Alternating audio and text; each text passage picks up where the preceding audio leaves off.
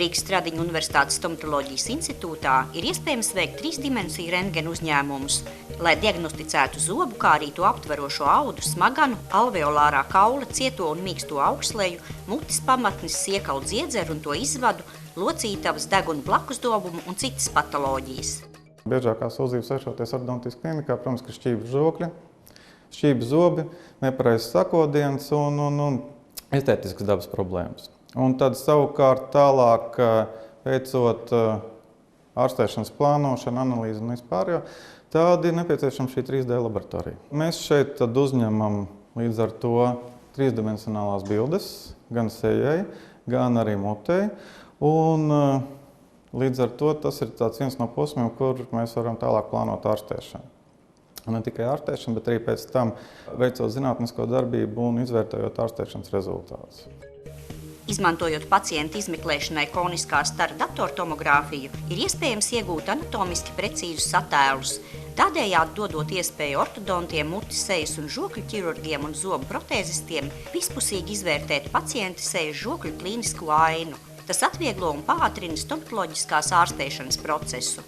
Darba procesu viņas atvieglo tādā veidā, ka mēs varam menedžēt samērā labu pacientu plūsmu. Tieši pacientu plūsmu tādā veidā, ka vienā un tajā pašā laika mirklī mēs varam uztaisīt gan rentgenu uzņēmumu, kas ir otrajā stāvā, gan šajā stāvā mēs varam veikt intraorālo skanēšanu, gan uzreiz 3D skanēšanu arī visai sejai. Līdz ar to šos visus virtuālos attēlus mēs varam sakombinēt kopā un, var teikt tā, radīt virtuālo seju, kur ir gan skeleta struktūras, gan zobi, gan arī mīkstaudu struktūras, kas ir vienas otrai uzklātas virsū. Darbojoties ar šīm struktūrām, tālāk jau ir jautājums par diagnozi, jautājums par ārstēšanu un jautājums par ārstēšanas iespējām.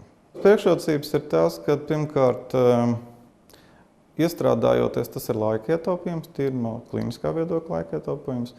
Otrā lieta ir tas, ka mēs atrodamies virtuālajā vidē uzreiz. Tas nozīmē, mēs šodien tagad paņemam kaut kādu konkrētu manipulāciju veicam, piemēram, uztaisam 3D fotogrāfiju, 3D nospiedumu uztaisam.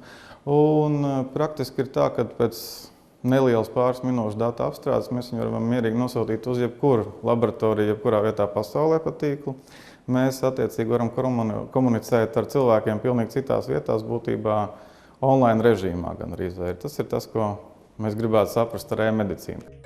Foto uzņemšanai netiek izmantoti rentgena stari, līdz ar to nav starojumu un tas nav kaitīgi. Tā ir parasta bilde, kas tiek uzņemta 0,2 sekundēs. Pacients tiek ievietots attiecīgi krēslā, vienkārši apsēžās un tad atbilstoši kameru novietojumam viņš tiek nopozicionēts uz augšu, jeb uz leju, lai būtu tieši pa vidu attiecīgajā laukā. Aiztaisam ciet.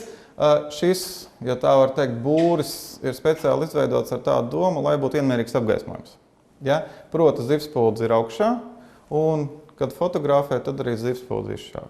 Līdz ar to nav ēnas, nav nekāda zona, kur būtu kaut kāds ēns, tāpēc arī vienmērīgs apgaismojums, un līdz ar to mēs arī iegūstam vienmērīgu attēlu. Šis ir intraorāls, ja vienkārši skeneris, ar ko tiek skanēts mutē iekšā. Mums ir krēsls, pacients, ja?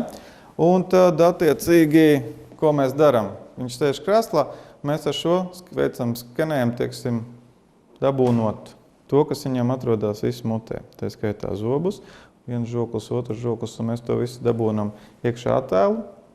Un tas attēls pēc tam, viņš arī ir trīsdimensionāls, un kad tas iegūtais attēls ir, tad viņš atbilst īstenībā jebkuram šim klasiskajam ģipša veidulim.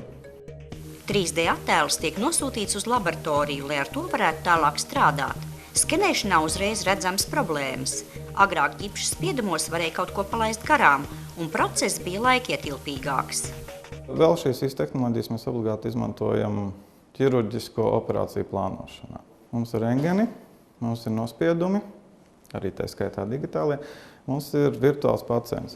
Un šim virtuālam pacientam mēs plānojam jau reālus ķirurģiskus pārvietojumus, kurus mēs simulējam, un attiecīgi tie pēc tam tad arī operācijas zālē tiek realizēti.